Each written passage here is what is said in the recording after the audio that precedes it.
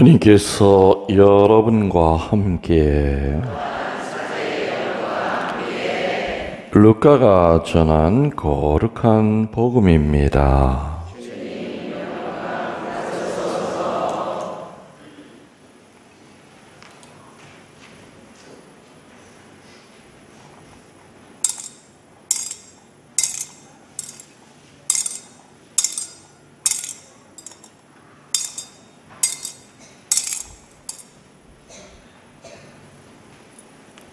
10장 1절에서 9절까지의 말씀입니다.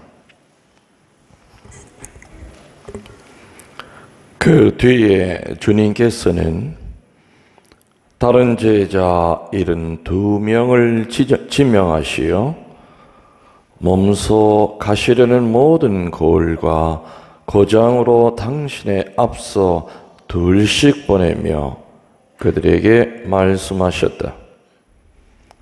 수확할 것은 많은데 일꾼은 적다. 그러니 수확할 밭의 주인님께 일꾼들을 보내주십사고 청하여라.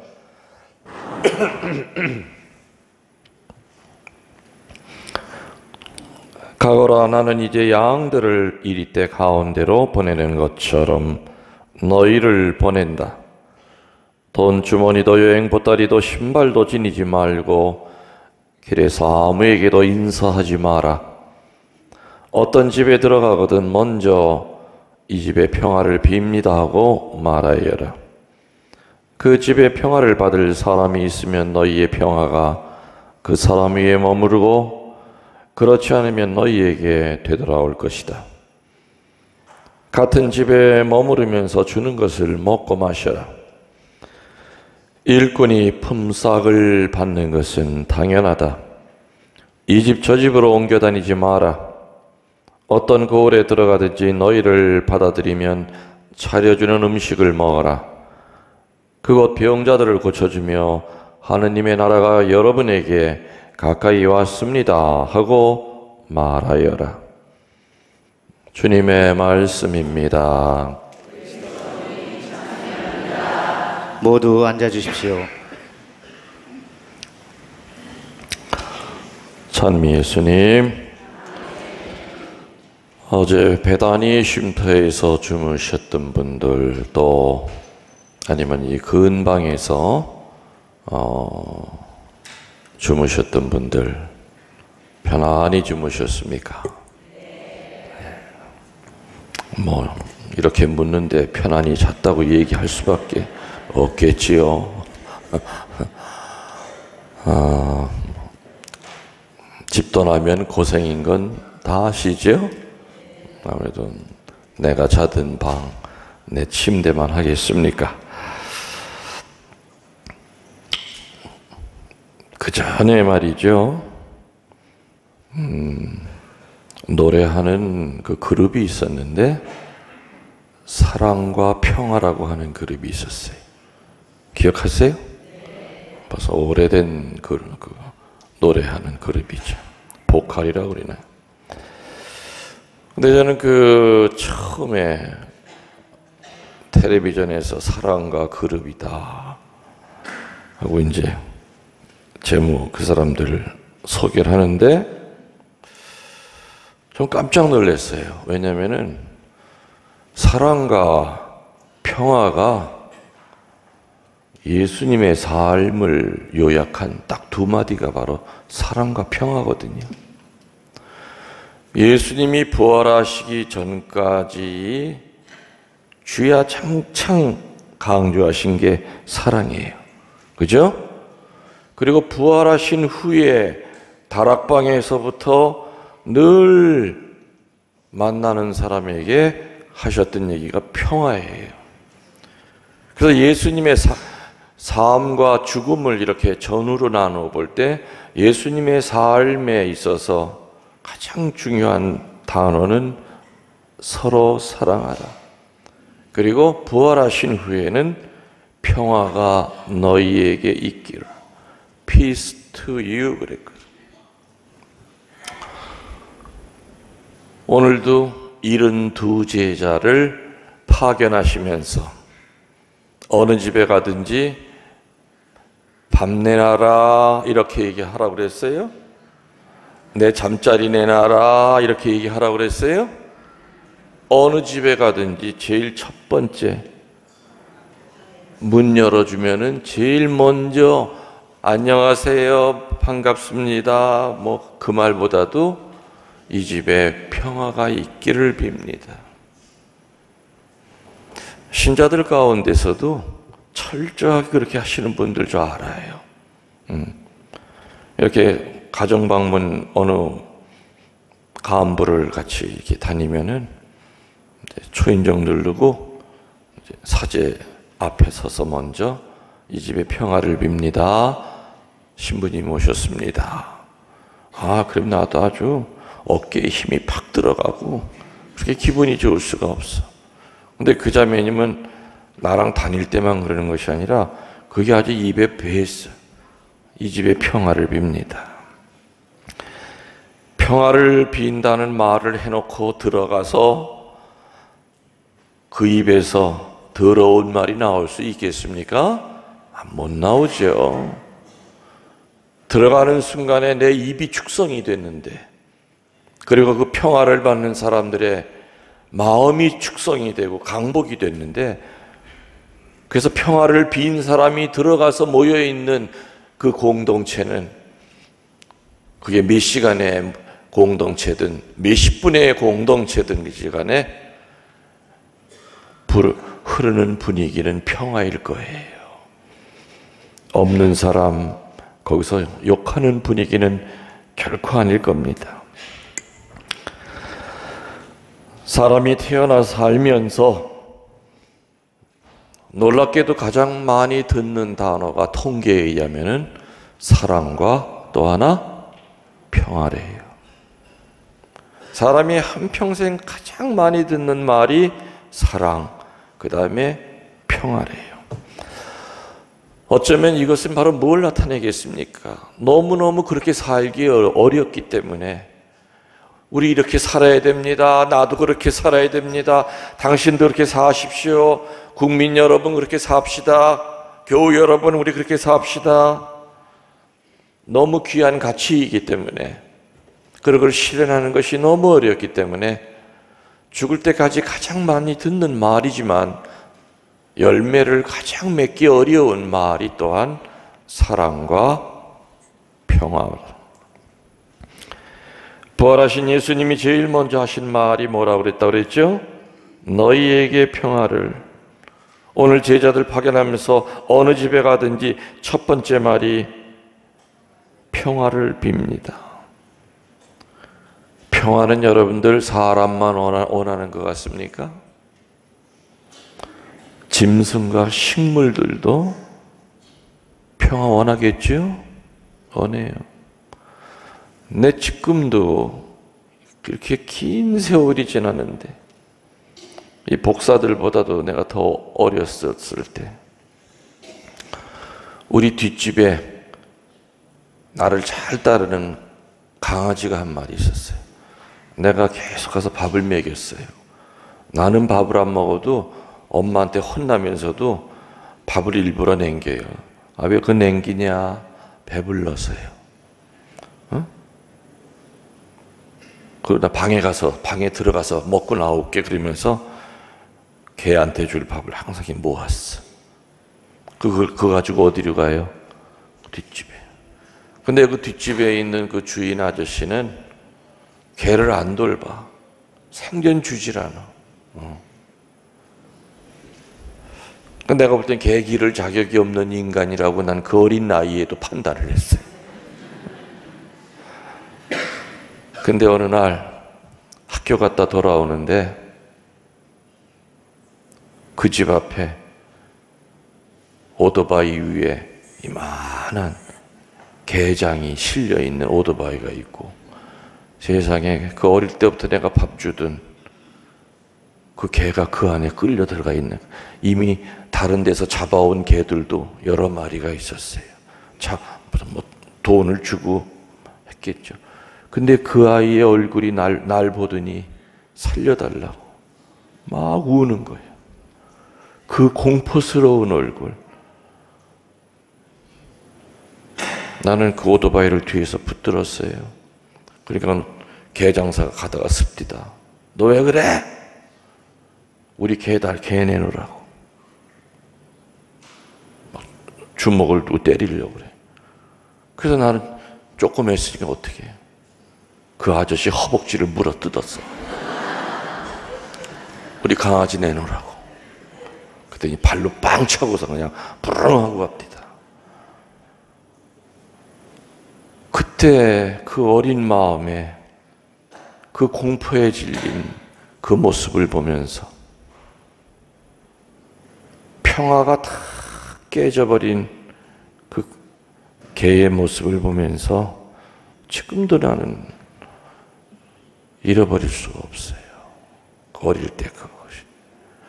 그냥 사람만이 아니라 짐승이나 식물들도 평화를 갈구해요. 주인이 버린 동네 떠돌아다니던 그 유기견들의 눈에서 여러분들 평화를 봤습니까? 동네 고양이들 눈에서 평화스러운 걸 봤습니까? 눈 보면 다 살벌해요. 왜? 적자 생존이야. 뭐라도 잡아먹어야 되고 내 지역에 딴 고양이가 들어오면 목숨 걸고 싸워요. 그러니까 눈들이 다 하나같이 째졌어. 어떤 거는 그냥 귀도 뜯기고 꼬리도 없는 것들도 많고 사고를 당해서 다리를 쩔뚝거리면서도 살아야 되거든. 살아야 되거든. 내가 서운동 성당에 오니까 나가서 왼쪽으로 가다 보면 막창집이 있어요. 그 막창집 앞에 길고양이들, 이쁜 길고양이들 3마리가 그 막창집에서 나는 그 고기 냄새 때문에 요 안에 이렇게 3마리가 들여다보고 있더라고요. 열심히 밥을 갖다 줬죠. 근데 어느 날 가니까 한 마리가 차에 쳐 죽어서 얼굴이 다 박살이 나가지고 그래서 데려다가 성당 화단에다 묻어줬죠. 그래서 2마리 남았었어요. 또 어느 날 가보니까 한 마리가 안 보여. 그 막창 주인한테 물어보니까 동네 큰 숫고양이가 물어 죽이는 걸 봤대요. 암놈을 차지하려고. 순놈을 제거하는 거죠. 그리고 마지막으로 하얀 이쁜 고양이가 열심히 밥을 갖다 줬더니 그 막창집 딸이 착해. 신부님 이제 제가 관리할 테니까 일부러 이렇게 저녁마다 오지 마세요. 그래서 그 막창집 딸이 길 옆에다가 이렇게 집도 요만하게 해놓고 그 안에다 깨끗하게 늘 밥그릇 물그릇해서 항상 지나가면서 보면 이제 안심을 하고 그 하얀 고양이가 거기서 이렇게 밥을 먹어요. 근데 한 달 전부터 그 밥그릇이 없어진 거예요. 그 순간에 아이고 또 죽었구나. 죽었구나. 근데 또 그저께부터 가보니까 밥그릇이랑 물그릇이 또 있어요. 살았나? 어떻게 된 건가? 그래서 오늘 미사 끝나고 가서 좀 물어볼 거예요. 막창집에. 그래서 나 혼자 상상하기를 혹시 그 집 딸이 집에 데려가서 키우려고 데려갔더니 얘가 적응을 못해서 다시 또 밖으로 내놔서 밖에서 먹이는 건가?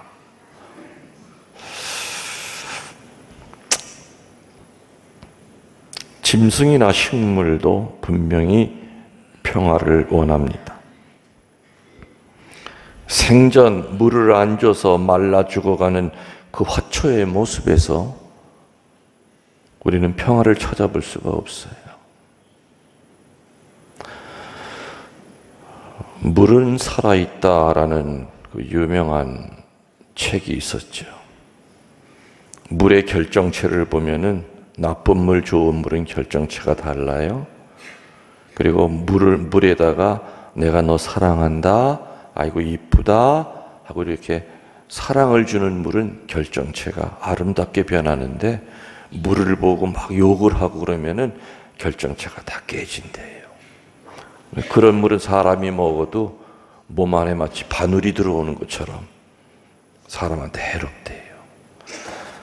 저는 그 책을 보고 난 다음에 한번 호기심 때문에 시험을 한번 해봤어요. 양쪽 방에다가 난초 있죠? 난초를 이렇게 놓고 이쪽 방에 들어갈 때마다 이쪽 방에 있는 난초한테는 정말 칭찬을 많이 했어요. 아이고, 참 너 잘 자란다. 어떻게 때깔이 고우니 세상에. 네 몸매는 내 몸매랑 똑같네. 어떻게 이렇게 풍성하게 잘 자랐냐. 그러니까 이놈은 칭찬을 받으니까 얼마나 난이 잘 자라는지 몰라. 꽃이 필 때도 아닌데 그냥 계속해서 꽃을 펴대는 거야. 근데 이쪽 방에 있는 나는 볼 때마다 도끼 눈을 뜨고 그냥 이 베라먹어 죽을 놈아, 썩은 문 떨어져라! 또 소리를 질렀어. 충격받았어요. 3일 만에 죽습니다.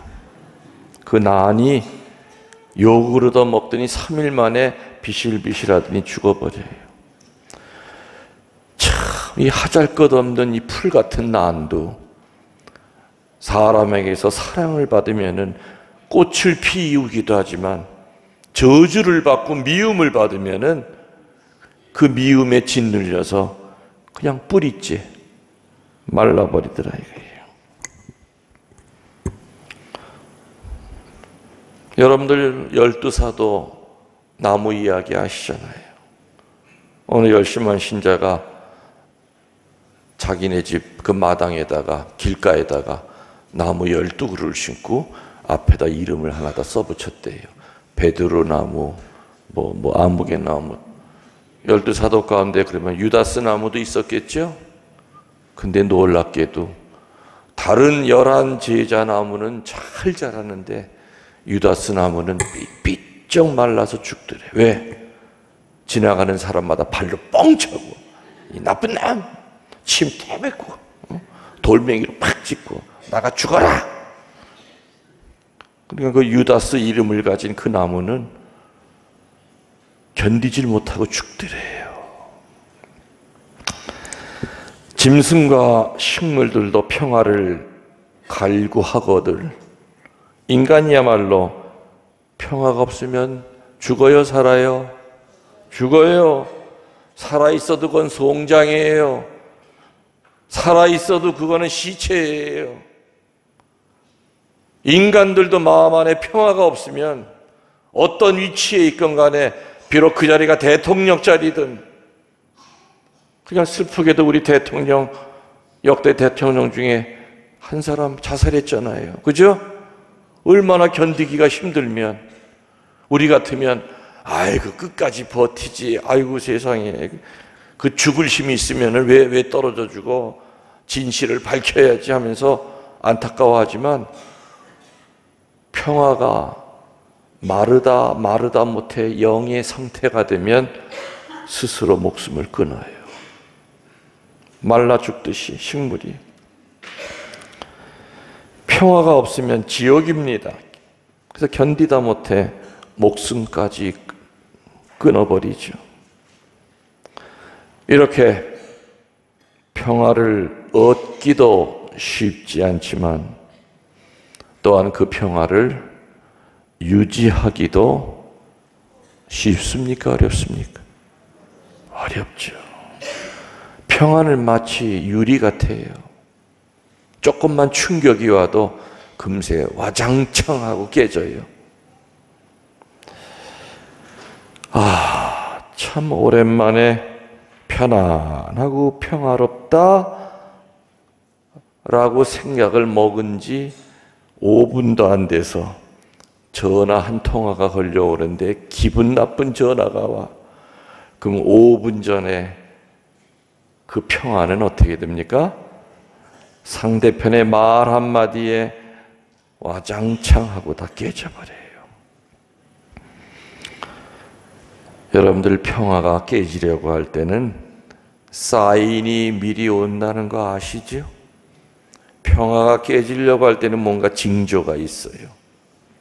우리가 그 징조를 알면은 대비할 수가 있다. 평화가 깨지려고 할 때 어떤 사인이 오느냐? 첫 번째, 분노가 와요. 그리고 화가 치밀어요. 그 다음에는 반드시 평화가 깨지죠. 그래서 그 화를 다스리는 법을 배워야 돼요. 분노가 올 때 그 분노를 조절하는 법을 배워야만 그 분노가 평화까지 쫓아가서 평화를 죽이질 않아요. 또 어떤 사인? 욕심이 가득 차 올라올 때가 있어요. 물건에 대한 욕심, 사람에 대한 집착. 요즘 내가 이상하게 마음이 욕심이 이렇게 자꾸만 차오른다. 포기를 못한다. 그것도 사인이에요. 욕심이 가득 차기 시작할 때, 다리서부터 내 머리 끝까지 차오르려고 할 때는 이거는 평화에 도전하는 사인이기 때문에 본인 스스로가 포기할 줄 알아야 돼요. 또 평화를 깨는 세 번째 사인은 뭐냐? 우상숭배예요. 우상숭배는 뭡니까? 점집에 가서 비는 것만 우상숭배가 아니죠? 하느님보다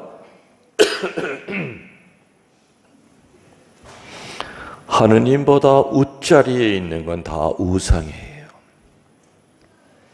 지금 여러분들의 마음속에 정말 솔직히 여러분 스스로만 들여다보세요. 첫 번째 자리에 하느님이 계신가? 아닐 거리요. 첫 번째 자리에 부모들은, 특히 자매들은 자식이 첫 번째 자리에 있어요. 저는 그 얘기 듣고 놀랐어요. 자매님들 마음속에 첫째 자리는 당연히 남편이 있을 줄 알았어. 그랬더니 자매들이 하는 얘기가 너무 자연스럽게, 아이고 신부님 장가 안 가서 모르세요. 아이고 그 인간 단물 빠진 지가 언젠데 무슨 그 인간이 첫째 자리예요. 아이고 평생 왼수예요. 이야 살벌하구나. 그럼 누가 첫째 자리에 있어요? 그러면 자매들 10명 가운데 9명은 자식이래요. 그럼 하느님보다도 자식이 더 윗자리에 있겠네요. 솔직히 얘기해드리면 맞대요. 하루 종일 자식 걱정은 해도 하루 종일 하느님 걱정은 별로 한 적이 없대. 하느님은 걱정 안 해도 알아서 스스로 잘 사시는데 걱정을 왜 하냐. 또 얘기 듣고 보니까 또 맞는 말이야 그것도. 평화가 깨지려고 할 때 찾아오는 세 번째 사인은 하느님을 내가 밀어내고 있구나. 그리고 그 하느님 자리에 지금 다른 게 자꾸 올라오려고 하고 있구나. 이게 바로 평화가 깨지려고 하는 아주 강한 사인이에요. 알아들으셨죠? 또 평화가 깨지려고 할 때 찾아오는 네 번째 사인은 지나친 기대감이에요. 상대편이 나한테 그거를 충족을 못 시켜주는데도 내가 기대치를 자꾸 높여. 내 기대가 커지면 커질수록 상대편은 부담스럽고 그 기대치에 충족이 안 되면 폭발해버리고 마는 거야. 너 뭐 이따위야? 너 나한테 이럴 수 있어? 네가 어떻게 나한테 이렇게 배반을 해? 애초부터 사람은 믿는 존재가 아니라고 그랬죠. 신뢰의 존재. 그 신뢰는 분별이라고 하는 나사로 잘 채워져 있어야 된다. 그 분별의 나사가 풀어져 있을 때는 사람 관계 신의의 다리는 무너진다고 그랬어요. 물질에 대한 기대감, 사람에 대한 기대감이 커지면 커질수록 하느님은 밀려날 겁니다. 그리고 그 결과는 평화가 깨집니다. 반대로 평화를 유지시키는 가치들이 있습니다. 평화를 유지시키는 그 가치들, 첫 번째 신앙입니다. 그리고 그 밑바닥에는 기도입니다. 기도하지 않고 평화로울 수 있는 사람이 있을까?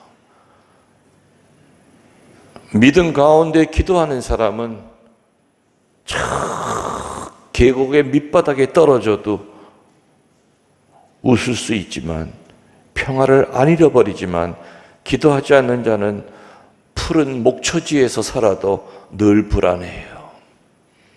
그래서 우리의 평화를 유지시키는 중요한 가치 첫 번째는 기도예요. 사제건 누구건 기도하지 않고 평화를 유지 못합니다. 평화를 유지시켜주는 두 번째 가치는 거룩한 침묵입니다. 거룩한 침묵. 늘 눈만 뜨면 입으로 나불나불대불 종일 떠드는 사람은 절대 평화를 유지할 수 없어요. 그런 라틴어 격언이 있죠. 하느님은 사람이 입을 벌릴 때 들어오시는 것이 아니라 침묵할 때 들어오신다고 그랬어요. 그래서 그 침묵은 평화의 접착제라고 그랬어요. 세 번째로 평화를 유지시키는 중요한 가치 세 번째는 건강이에요. 뭐라고요? 건강. 건강하지 않는데 평화로울 수 없잖아요. 그죠? 근데 많은 경우에 건강은 본인이 잘 다스리지 못하고 아끼지 못해서 건강을 해치는 수도 있잖아요. 술을 너무 많이 먹어. 담배를 너무 많이 펴. 아무튼 몸에 해로운 거. 집안 내력 때문에 어쩔 수 없이 걸리는 병력이라는 거, 가족력이라는 거 있지만은 어떤 경우에는 본인이 스스로 절제된 생활을 못 하다 보면은 화산이 폭발하듯이 몸에 병이 날 때가 있어요. 평화를 유지시키는 중요한 가치 중에 하나가 건강이에요. 네 번째로 욕심을 버리는 겁니다. 욕심을 버리는 거. 부연 설명이 필요 없죠? 다섯 번째로 평화를 유지시키는 가치들 다섯 번째. 긍정적이고 밝은 생각을 억지로라도 하려고 해야 돼요. 하다못해 텔레비전을 보더라도 드라마를 보더라도 사람을 가라앉히고 우울하게 만드는 그런 드라마에 매달리지 마세요. 밝고 긍정적인 거. 그래서 시간이 되면은 숲이 있는 쪽으로 가고 산책을 하고 그것도 우리 평화를 유지시키는데 큰 보탬이 됩니다. 그리고 마지막으로 평화를 유지시키는 가치들 중에 제일 마지막은 오늘 복음에 나오는 대로 다른 이에게 평화를 빌어주는 거예요. 다른 사람에게 평화를 빌어줄 때는 내 평화가 유지가 돼요. 내 안에 평화가 없는데 어찌 다른 사람에게 평화를 빌어줄 수 있겠습니까? 예수님은 나 이제 평화를 강물처럼 예루살렘에 끌어들이니 너희가 예루살렘에서 위로를 받으리라 말씀하셨죠. 진정한 평화는 하느님이 주셨을 때 비로소 얻을 수 있습니다. 노름 중독자가, 알코올 중독자가 성령 세미나 바꿔서 새 사람이 됐고 마귀 얼굴로 수많은 사람들을 괴롭히고 다녔는데 이제는 얼마나 온유한 얼굴로 교회에 봉사합니다. 그전에는 그 인간을 보면은 두려움이 생겼는데 하느님을 만나 새롭게 바뀐 그 사람을 이제는 보면은 평화를 느낍니다.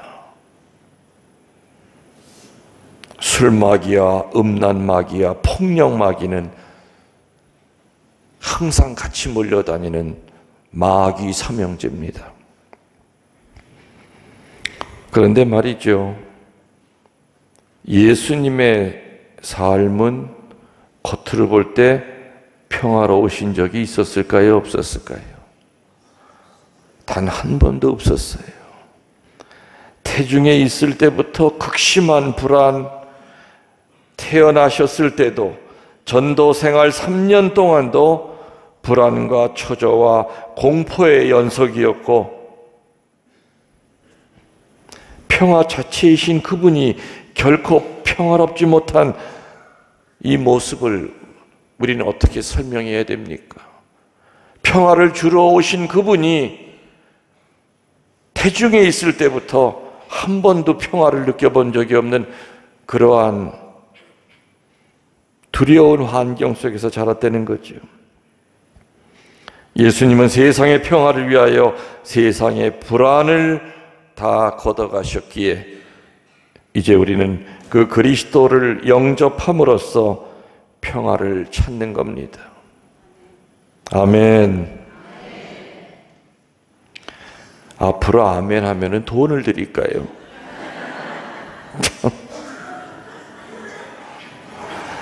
내 소망이 뭐냐?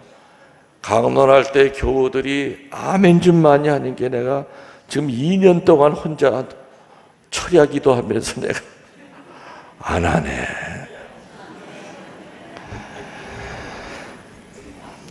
오늘 예수님께서는 돈이나 식량, 자루, 옷 등에 집착하지 말라 하셨죠.